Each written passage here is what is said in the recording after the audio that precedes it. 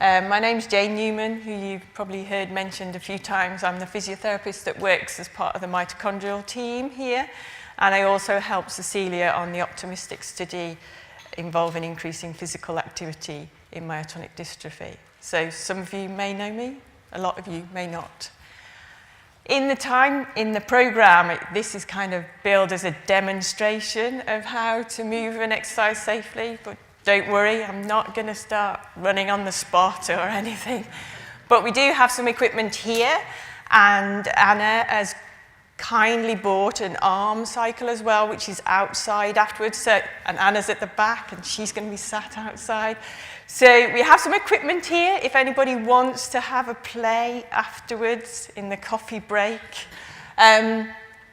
We did try and do it as a more kind of inclusive demonstration in a previous group, but our TheraBands turned into low-flying missiles, so we decided we wouldn't do it today. So why do we need to exercise? I think it's already been mentioned a few times. Everybody needs to exercise. It's not just people with neuromuscular conditions, although we probably say that it's even more important for people with neuromuscular conditions to move. There's lots of health benefits that are well known.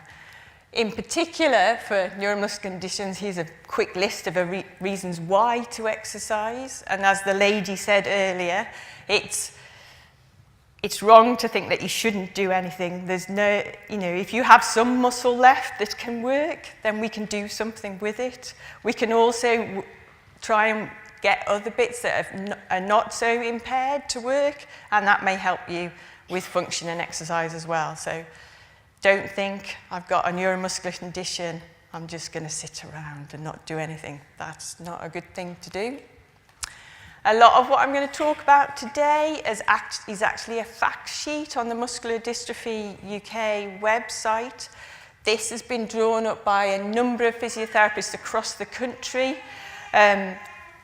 trying to give our patients some information about exercise and what they should do and how they should do it. So if you go onto the Muscular Dystrophy website and in the search box you put in exercise, it will come up with a list of fact sheets, and you want to look for exercise for adults, and you'll come to this page, and it goes through everything I'm going to say. So if you need to sleep, just look at this later and have a rest. So what kind of exercise should we do? And lots of words are used to describe exercise, although, like Professor Tranell says, we'd rather not use the word exercise because it's just a continuum of movement. Some have different effects. But when we talk about exercise that we want you to do or what you should include in your program of exercise, it's obviously very important to warm up before you go out and run your half marathon. But also, it's very important to stretch, especially in neuromuscular conditions where your muscles might be stiff. So if your muscles are stiff and they're weak, that makes it even harder for them to move. So don't miss out stretching, it's very important. Although with some neuromuscular conditions where you can't feel your joints or your muscles very well, you have to be careful when you're stretching and not overstretch them, else you can damage them. So it's a balance, and it's about doing it what's right for you as an individual. But as you can see, even the great Roger Federer has to warm up before his game of tennis. And we don't recommend a Cuban cigar while doing your stretches before your round of golf. So different kinds of exercise. We've talked already, Tom talked about aerobic exercise, which to everybody here, that walking, running, swimming, anything that you can do for over 5 or 10 minutes, repetitive activity using large muscle groups that improves your cardiovascular fitness. That's it in a nutshell. But you may have heard of this kind of exercise that's been quite popular at the moment, called high intensity interval training, or HIIT. This is because everybody's really busy and everybody wants to fit their exercise into as short a time as possible. So you have to work really, really hard for a very short period of time and then have a rest. Now, I would expect the majority of the people in this room, that doesn't appeal. No. And actually, we have done this with some of the mitochondrial patients, and actually they found that they did benefit from it.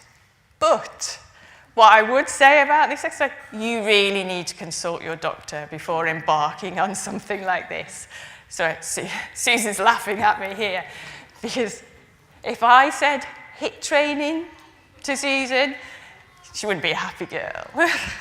So everybody's different, and you're no different. Just because you have a neuromuscular condition, some things work for some people, some things don't work. Okay? So how do I monitor? How do I know whether I'm working hard enough? Well, if you're a real gym freak, I'm looking at Dave, you have your Polar watch that monitors every heartbeat that goes on while you're exercising, and you work in different zones so that you know exactly how fit you're going to be. Or you can use a scale that tells you how hard you think you're working and you aim at a certain level. But really, what you need to think about when you're exercising, even if it's just that starting off doing a 5-minute walk, all you're looking for is your heart rate goes up a little, you get a bit warm doing your exercise, you get a bit short of breath, but you should still be able to maintain a conversation. So if you can't talk and do, then you're probably doing too much. Yeah, don't worry. No, we're not expecting anything of the middle lady. So resistance exercise is just using weights or your body weight to make your muscles stronger. Now, this is very variable within neuromuscular conditions, because mitochondrial patients, if people have a single deletion, we did a study where we made them work really hard. And Jonathan at back will testify to that.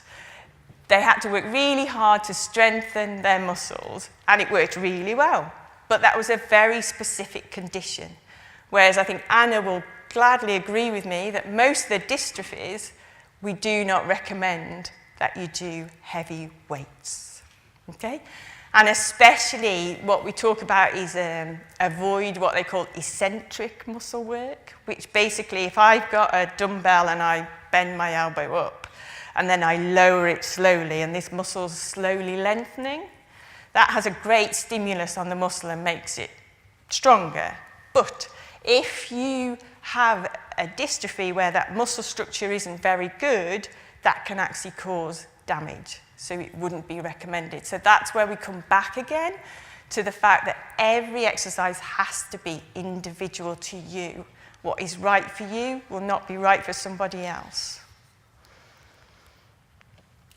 And going back to the bit about the bad E word and trying to think about being more active, anything we do can be considered exercise. And going back to your point about little bits through the day, little and often. So it could be hydrotherapy. Brooke next is going to talk about exergaming as a potential way of exercising, playing with the kids. And my little gym ball lady at the side there is just to remind me that we have some gym balls here. If anybody wants to have a play afterwards, we'll be out in the foyer. But it's to remind me to mention that it's not just about your arms and your legs, and the bit in the middle is very important. You know, how your trunk works. If that's not working very well, then your arms and legs attach to that, and that won't work very well. Like your lady with the back as well. It's all about core stability, and there are exercises that's very good for your posture, it's good for your balance, so don't think it's all about running and lifting weights. You need to work on exercises that challenge your balance and also exercises that build up your core stability. So how much? This is what we're told we're meant to do. If you can understand it, you're a better person than I. And so it takes us back to what Professor Trunell's first message was probably earlier on, is the fact that any activity is beneficial. So a little activity is beneficial. If you can do a little more activity, then that might be even more beneficial. It's very important now, we think, is that actually little bouts of activity through the day are very beneficial for us all. And actually cutting down that time that we spend sitting. So if you're sitting watching the telly, Coronation Street's on, the advert break comes on, get up, move around, and then go back down and sit down. And you've broken that time that you spent sitting. It's about trying to incorporate that activity into your daily life so that it doesn't become a chore. Also, you have to think that you've got to choose an activity that you like doing. I think as physios, we're really bad at giving people a list of exercise, and then they come back 3 months later, have you been doing your exercises? No, well, not really, it's a bit boring. So you've got to do something you like. There's just a list of organisations, it's on the website, so don't frantically copy it down, that are involved in sport and exercise provision with various people with various conditions. And I suppose the final thing, just so that I'm not being biased, there are risks to exercise that Tom's already talked about, adverse events. You know, things can go wrong. You can pull a muscle, you can have an injury. Less likely if you warm up and you do an appropriate level, you don't go mad. You can get muscle soreness, that's for exercise. That is normal. Obviously, if it lasts for a week, that's not good, and it probably means you've done too much. You can get excessive muscle weakness after you've exercised, and that's probably another indication that you've done too much. If you've got a heart problem, you may not know about it until you exercise. That's more of a problem in the general population. Amongst this group, because most of you, as part of your management of your condition, will have your heart regularly checked, that's less of an issue. The other thing that I suppose that we would flag up is that if after exercise your urine goes very dark and Coca-Cola coloured, that is usually an indication that you've caused muscle damage. And if that happens, then you should you should seek medical assistance, because that can be quite detrimental to you. So that's the only big warning. All the other things probably just mean that you've just done a bit too much.